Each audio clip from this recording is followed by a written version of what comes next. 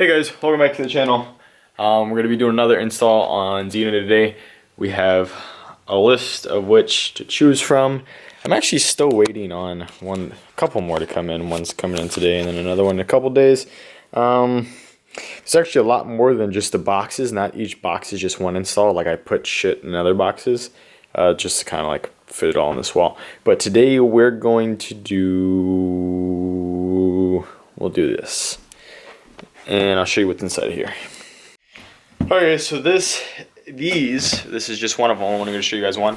Is a RS headlight. They're the Hero headlights from Fastech, but they're for the non-RS cars. So I think they normally go for like $365. I don't know, I got them on like a weekend sale. It was like $324, something like that. Really impressed with the quality of it. I think it's a nice ass headlight for the price for sure, and I definitely think it's going to change the look of the car. I don't know if this is left. This is the right one. I did already get a LED conversion kit for these.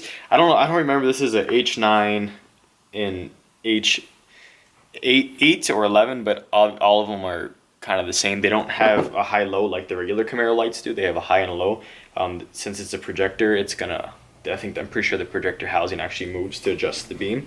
So they normally come with this rubber piece right here sealed. I opened it because LEDs get really hot, and this has a little like turbo fan on it, so it'll cool it down. So I didn't want to seal all that in there and get it hot as shit, and I don't know, start a fire or something. So I left the seal on, but I cut around it.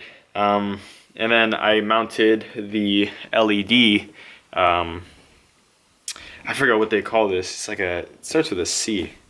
The canvas right here, and I already plugged it into the headlight. So then this would get plugged into where the actual headlight would get plugged in on the car. Comes with its own turning signal already, and we're set to go. And for the people who don't know what the canvas is, that's for like cars where the LEDs flicker.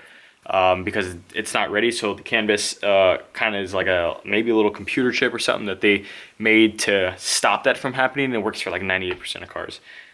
These are, I believe, 6,500. Yeah, 6,000. I think it's 6,000.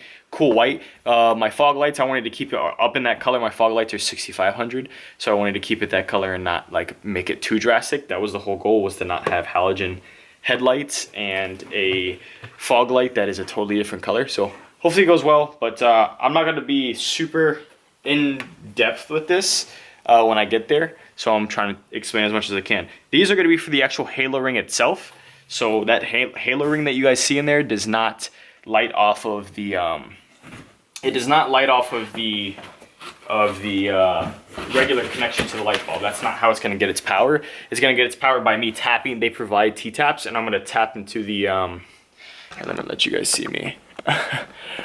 They come with T-taps, and I'm actually going to T-tap into the side markers, which it'll tell me in the instructions which one to choose. So I'll just install the headlights, I'll tap into the T-marker, and that'll give me power for the halo.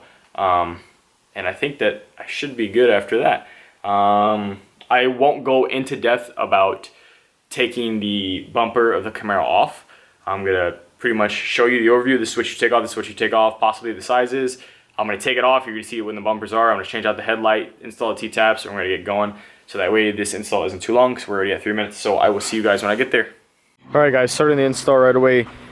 You're gonna start up here. You have these fasteners that you need to pop off. You have 1, 2, 3, 4, 5, 6 fasteners, and then you have a 10mm right there on both sides that you're gonna have to undo.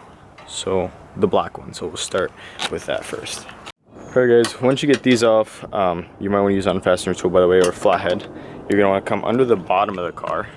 There's gonna be two 10mm, one right here and one right there.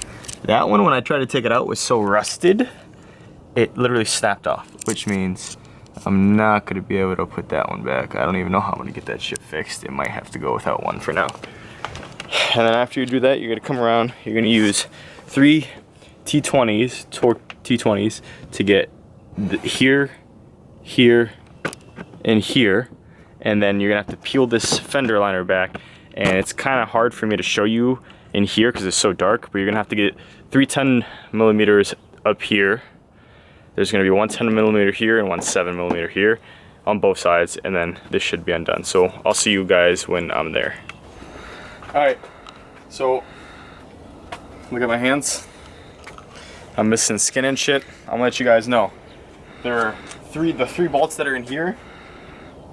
10mm that's here and the 7mm, not too bad. 10mm, the difficulty increases. Okay.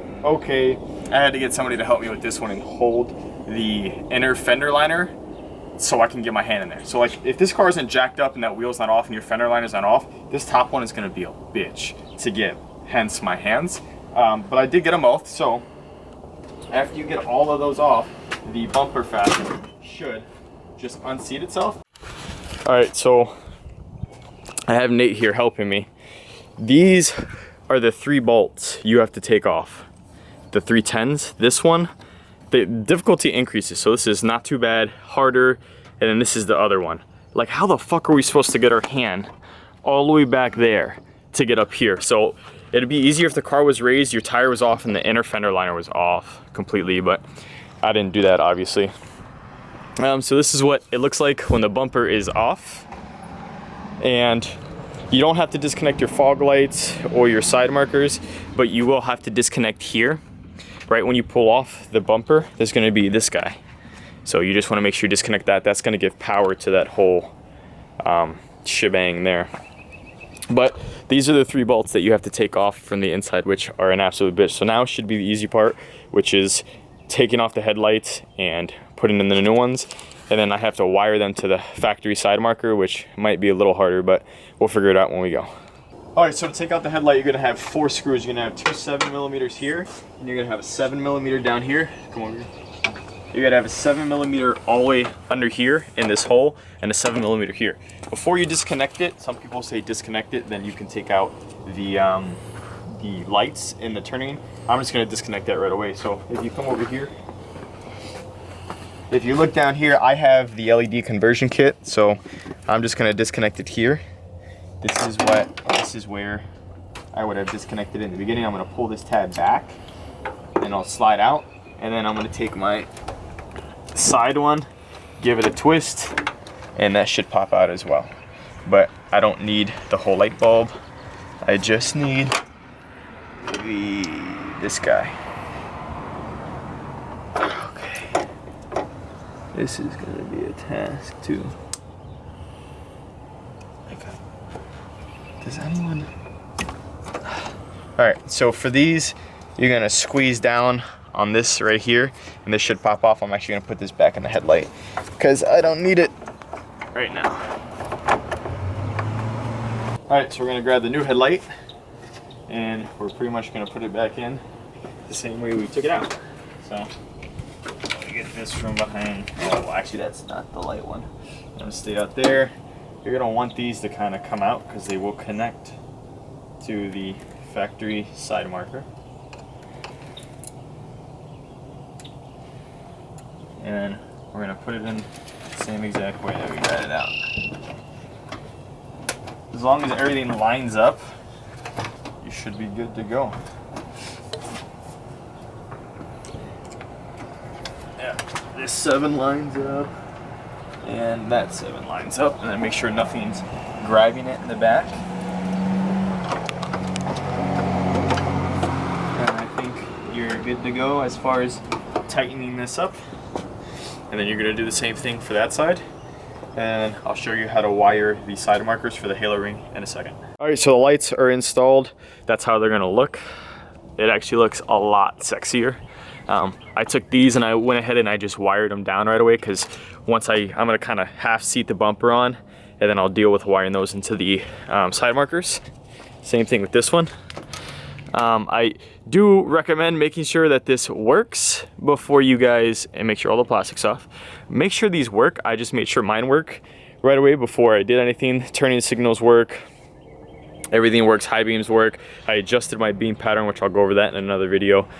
Just make sure it all works before you put everything back together and have to do it again. Also, I noticed that like for my automatic lights, like when I unlock my car, it doesn't, when I unlock my car, the lights don't come on. So I actually had to turn on the lights from inside the car But like when I do that, I definitely get those. But usually when I unlock my car, I get my actual headlights. With these, for some reason, I don't get them. So just letting you guys know. So I'm gonna half seat this fascia and get these side markers, these halo rings wired into the side markers. All right, so now we reseated the bumper fascia, and I got the instructions here that they provided, which is pretty straightforward. We're gonna take these T-taps and we're gonna connect the black cable that you guys saw earlier.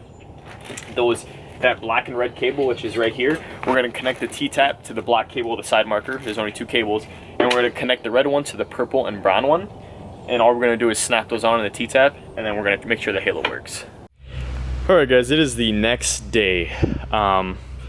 After installing the Hero headlights, and it looks so much more aggressive. The camera does not do it justice. It looks so much more aggressive. My problem was I couldn't wire the halos. So the T-tap that comes with this thing, the T-taps that they give you, I'm not gonna blame Fastech and say that it's Fastech's fault that the T-taps suck, because I went and I bought T-taps and it just wasn't grabbing it. So I was at the point where I was gonna quit.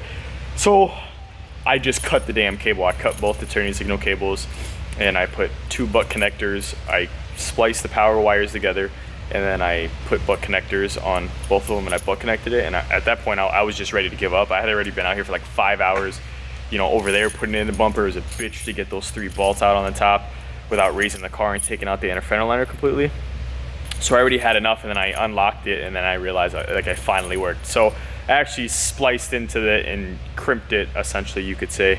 So I did get the halos to finally work, and it looks insane. I mean, it's gorgeous. Like I said, it doesn't do it justice.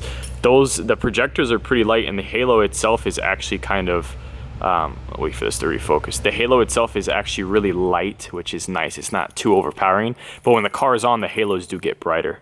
And my projectors also match my fog lights when I turn them on, which was my thing. I was trying to get the light to be the same and not have like a ugly amber projector headlight. So, you know, it worked out after a while. It took me kind of a long time.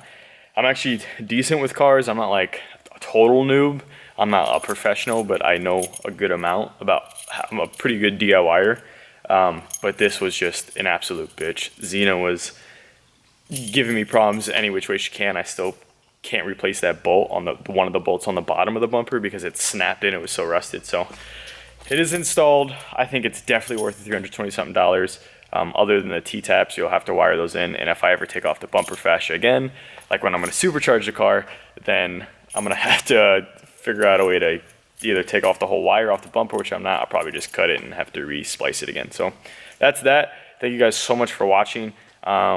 Close to 100 subscribers, which might not be a lot for everyone else who has 700,000 millions of subscribers, but you know, we're pretty close, and that means a lot to me that we're gonna break 100. So I'm pretty excited for that. I know for sure we're gonna hit it this summer. But hit the subscribe button if you want to see future content. If you like what I'm doing and you want to follow me, go ahead and do that. Give me a thumbs up, and as usual, just a guy living life, and this is my passion. So subscribe, and I'll see you guys for the next mod. Bye.